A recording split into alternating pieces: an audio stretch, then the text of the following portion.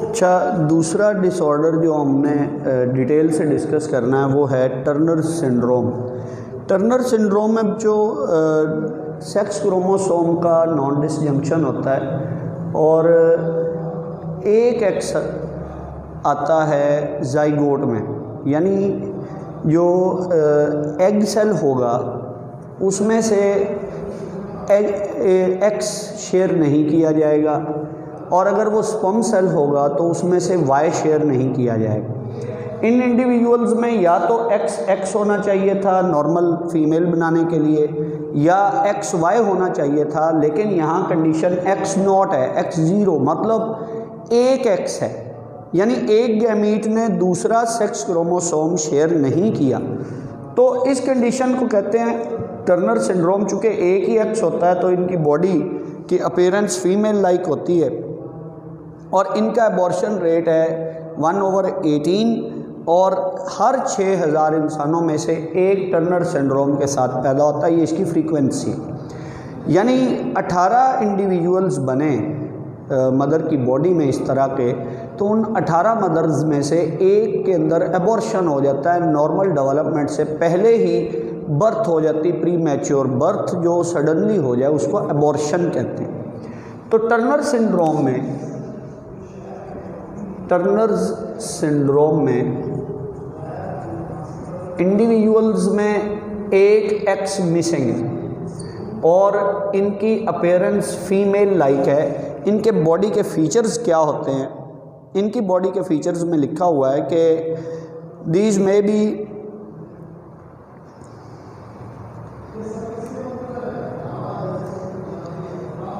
Having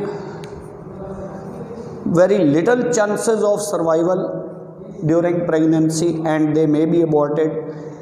जो जानदार survive कर जाते हैं उनके लिए लिखा है they are with short stature, उनके कद बहुत छोटे होते हैं। वेब्ड नेक, उनकी गर्दन सुराईदार होती, नीचे से ब्रॉड होती, ऊपर से बारीक होती है, और ओवरीज बॉडी में नहीं होती, यानी होते वो फीमेल लाइक है लेकिन उनमें ओवरीज पैदा नहीं होती, और इनमें जर्म सेल्स नहीं होते, यानी they are unable to produce any type of eggs. ये रिप्रोडक्शन करने के काबिल नहीं होते। ये टर्नर सिंड्रोम की डिटेल्स हैं। क्योंकि बैकअप हमने ले लिया हुआ है इसलिए हमें अब इसकी डिटेल ज़्यादा मेंशन करने की ज़रूरत नहीं। क्लिनीफेल्टर्स में क्या होता है?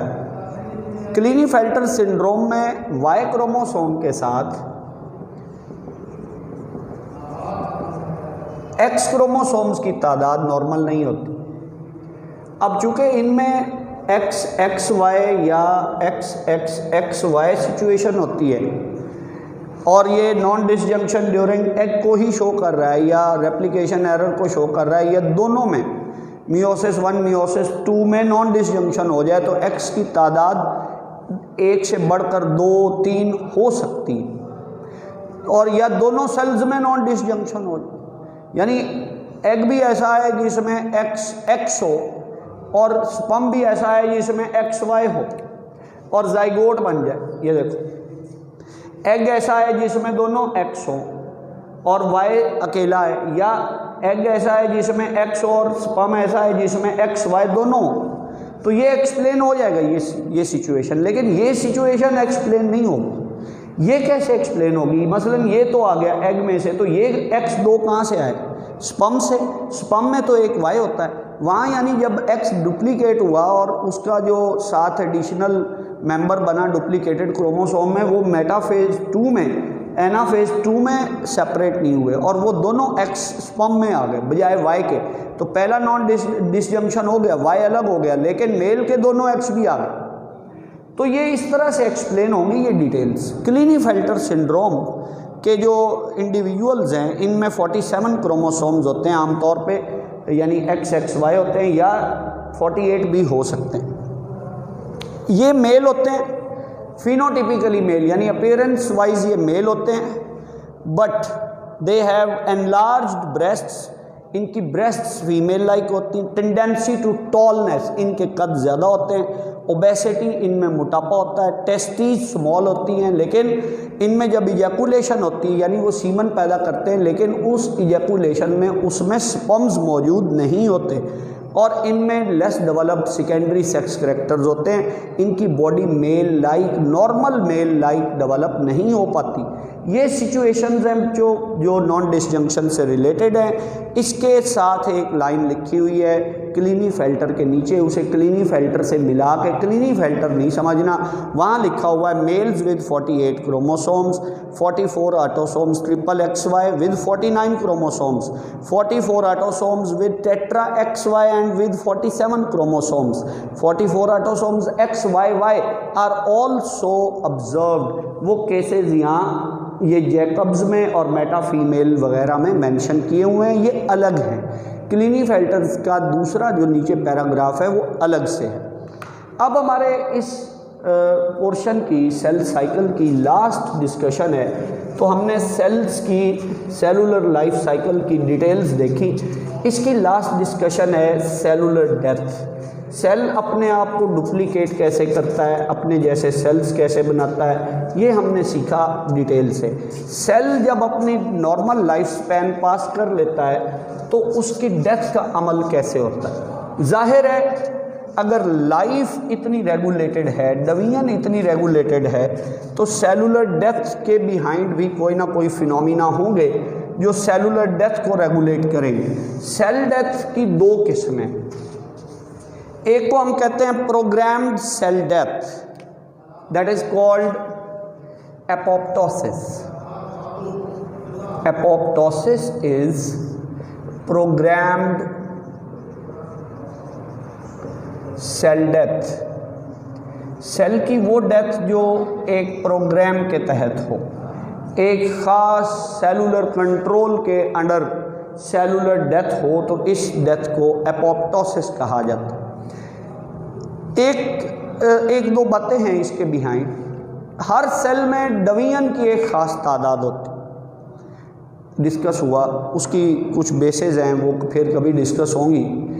वो तादाद पूरी हो जाए तो वो टिश्यू का परमानेंट मेंबर बन जाता है, अपने रोल्स परफॉर्म करता है, और जब वो बिल्कुल काम करने के काबिल नहीं रहता तो वो सेल डेथ का शिकार हो जाता है।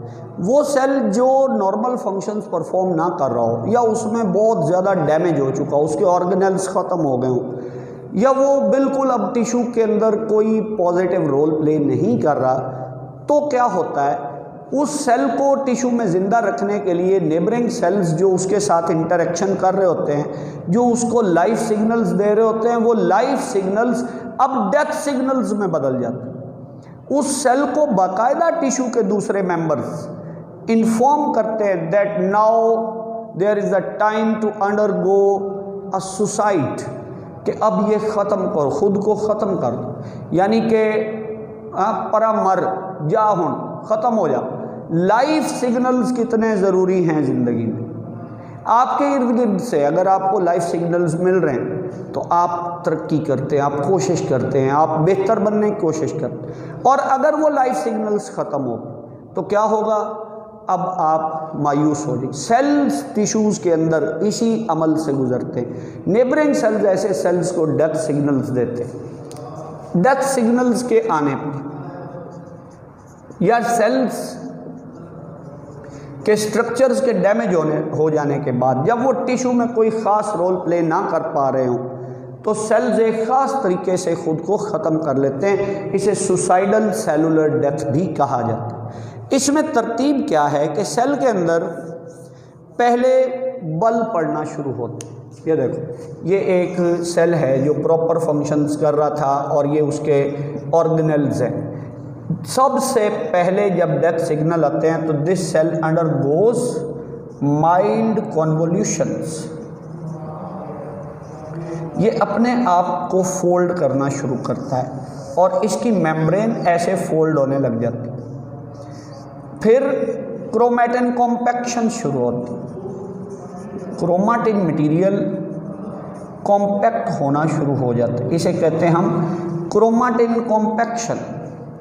क्रोमाटिन कॉम्पैक्शन से क्या होगा, हम न्यूक्लियस को थोड़ा हाईलाइट कर लेते हैं। न्यूक्लियस के अंदर जो जेनेटिक मटेरियल है वो इस तरह डिस्ट्रीब्यूट होना शुरू हो जाएगा, टूट फूट जाएगा। इसे कहते हैं कॉम्पैक्शन प्लस सेग्रीगेशन, कि ये डीएनए इसका क्रोमाटिन पूरे का पूरा कॉम्पैक्ट इकट्ठा होगा और टुकड़े टुकड़े होकर न्यूक्लियस में बिखर जाएगा। फिर क्या होता है, आफ्टर दिस, पहले नंबर पर डेथ सिग्नल के आने के बाद सेल कॉन्वोल्यूट होता है, उसमें बल पड़ते, फिर उसका क्रोमाटिन कॉम्पैक्ट होता है, फिर तीसरे मरहले में न्यूक्लियर फ्रेगमेंटेशन हो जाती है। इसके न्यूक्लियस के टुकड़े बन जाते हैं। तो सेल का न्यूक्लियस सेल को कंट्रोल करने वाली अथॉरिटी होता है। इसका न्यूक्लियस यूं सेल में टूट फूट जाएगा और अब इसमें कई छोटे छोटे इस तरह उसके फ्रेगमेंट्स होंगे। These are nuclear fragments. जब न्यूक्लियर फ्रेगमेंटेशन हो जाएगी तो इसका मतलब ये है कि सेल अब अपना नॉर्मल रोल जो टिश्यू के अंदर है वो परफॉर्म कर रहा था वो अब नहीं कर सके। फिर क्या होगा, ये सेल इसी फॉर्म में रहते हुए ब्लैबिंग करेगा। ब्लैबिंग, ये थैलियाँ बनाएगा और ये आहिस्ता आहिस्ता, मसलन यहाँ से ये एक पाउच बन रही है, उसमें उसका कुछ साइटोप्लाज्म न्यूक्लियस का कुछ हिस्सा, ये दूसरी पाउच बन रही है, साइटोप्लाज्म और न्यूक्लियस का कुछ हिस्सा ये अलग होना शुरू होंगे और इस तरह सेल अल्टीमेटली इस तरह के छोटे छोटे वेजिकल्स में ब्लैबिंग के अमल से उतरते हुई थैलियाँ, किसी जगह से आपने गोल्जी में पढ़ा हुआ, वेजिकल्स बनने का अमल ब्लैबिंग कहलाता है, बड ऑफ होती हैं। ये छोटे छोटे pouches with cytoplasm, with nuclear fragments, with contents of cell यहाँ से अलग हो जाती हैं और फिर इस सेल के इन ब्लेब्स को, इन थैलियों को ईटअप करने के लिए उस टिश्यू में मौजूद मैक्रोफेजेज आते हैं और वो मैक्रोफेजेज इन वेजिकल्स को इस तरह एंडोसाइटोज कर लेते हैं। और जब इन वेजिकल्स की एंडोसाइटोसिस होती, फेगोसाइटोसिस, ईटिंग का अमल होता है और ये बड़ा cell macrophage, tissue macrophage WBC इन वेजिकल्स को ईटअप करता है तो अपने लाइसोसोम्स के ज़रिए उसको डाइजेस्ट कर देता है। ये सारी थैलियाँ इधर उधर मौजूद मैक्रोफेजेस ईटअप करके रिमूव कर देते हैं। तो ऐसा हो जाता है यहाँ पर कि जैसे पहले कभी कोई सेल यहाँ था ही नहीं, सेल टिश्यू से रिमूव हो गया और उसका कोई कंटेंट टिश्यू के अंदर स्प्रेड नहीं हुआ। इस अमल को हम कहते हैं प्रोग्राम्ड सेल डेथ और एपोप्टोसिस। तो सेल्स के रिमूवल है ये, टिश्यू में जो सेल्स अब काम करने के काबिल नहीं रहे। दूसरी डेथ या दूसरा तरीका सेल्स में से टिश्यूज़ के रिमूव होने का, that is called as necrosis, that is accidental cell death. Apoptosis, we say that cell commits suicide, cell suicide कर लेता है। जबकि दूसरा मेथड है necrosis, that cell undergoes accidental death. Tissue को कोई डैमेज हुआ, कोई चोट लगी, जख्म हो गया, किसी जगह दबाव ऐसा पड़ा कि वो सेल्स डैमेज हो गए, मतलब ज़ाहिरन हमें कोई महसूस नहीं हो रहा कि टिश्यू में कोई प्रॉब्लम है, वो ज़ोर से दबाव लगा और अंदर सेल्स फट गए और उनके कंटेंट्स रिलीज हो जाते टिश्यूज़। तो अब सेल तो डैमेज हो गया, सेल के इस तरह डैमेज होकर मर जाने के अमल को कहते हैं नेक्रोसिस और accidental cell death. Accidental cell death और एपोप्टोसिस में बहुत वाज़ेह फ़र्क है। क्या डिफरेंस है?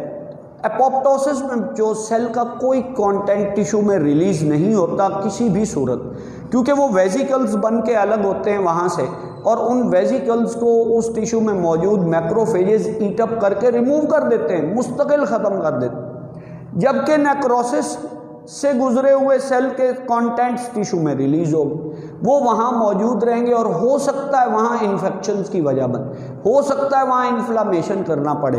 उन कंटेंट्स को रिमूव करने के लिए टिश्यू की क्लीनिंग का अमल प्रॉपरली करना पड़ेगा।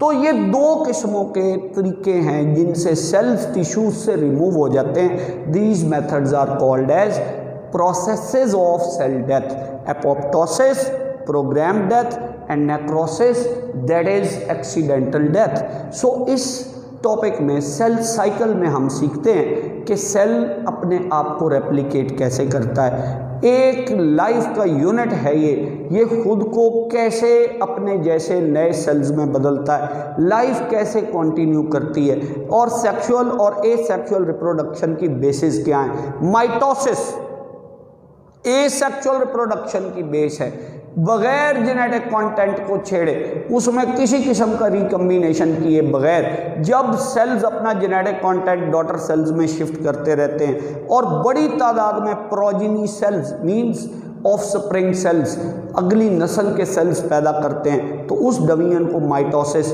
और उसके एरर को कैंसर के तौर पर हमने पढ़ा। और मियोसिस का रोल बेसिकली गैमीट्स और स्पोर्स बनाना है, रिप्रोडक्टिव सेल्स बनाने का अमल मियोसिस के जरिए होता है, जिसमें जेनेटिक कंटेंट को हाफ कर दिया जाता है और उसकी डिटेल्स हमने उसके सिग्निफिकेंस और उसके एरर्स को हमने नॉन डिसजंक्शन के तौर पे पढ़ा। अब आखिर पर हमने देखा कि एक सेल खुद को कैसे टिश्यू से रिमूव करता है। So these are details about cell cycle. फिर नेक्स्ट डिस्कशन में किसी नए टॉपिक के साथ स्टार्ट करेंगे। Thank you.